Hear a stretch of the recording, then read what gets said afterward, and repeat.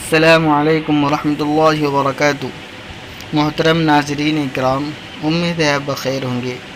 اللہ تمام کو خیر و عافیت سے رکھے۔ محترم ناظرین اکرام، آج ہم اس بات پر گفتگو کرنے جا رہے ہیں وہ نئے چاند کے متعلق ہے کہ نئے چاند دیکھے اس میں اللہ کے نبی صلی اللہ علیہ وسلم کا کیا عمل تھا۔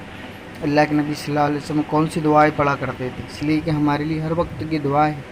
بیت الخلاء میں جانے کی دعا، مسجد میں داخل ہونے کی دعا، گھر میں داخل ہونے کی دعا، اس سلسلے میں انشاءاللہ ویڈیو آئندہ بنائی جائیں گی۔ تو فی الحال جو ویڈیو ہے وہ چاند دیکھنے کے متعلق ہے۔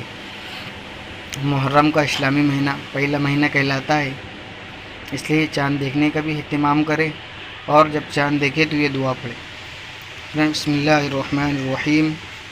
پہلی روایت میں جو دعا ہے، اللہم اہلہ علینا بالامن والایمان والسلامت والاسلام والتوفیق لما تحب وترضى ربنا وربک اللہ ہلال رشد وخیر۔ اور ایک روایت میں الفاظ ہے جو اسکرین پر بھی دیے گئے ہیں، جو عام دعا ہے، اللہم اہلہ علینا بالیمن والایمان والسلامت والاسلام ربی وربک اللہ۔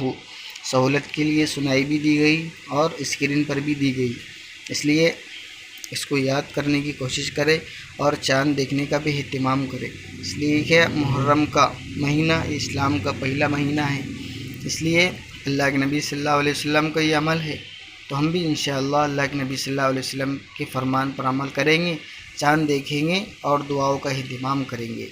اللہ رب العزت مجھے آپ کو عمل کی توفیق عطا فرمائے۔ السلام علیکم ورحمۃ اللہ وبرکاتہ۔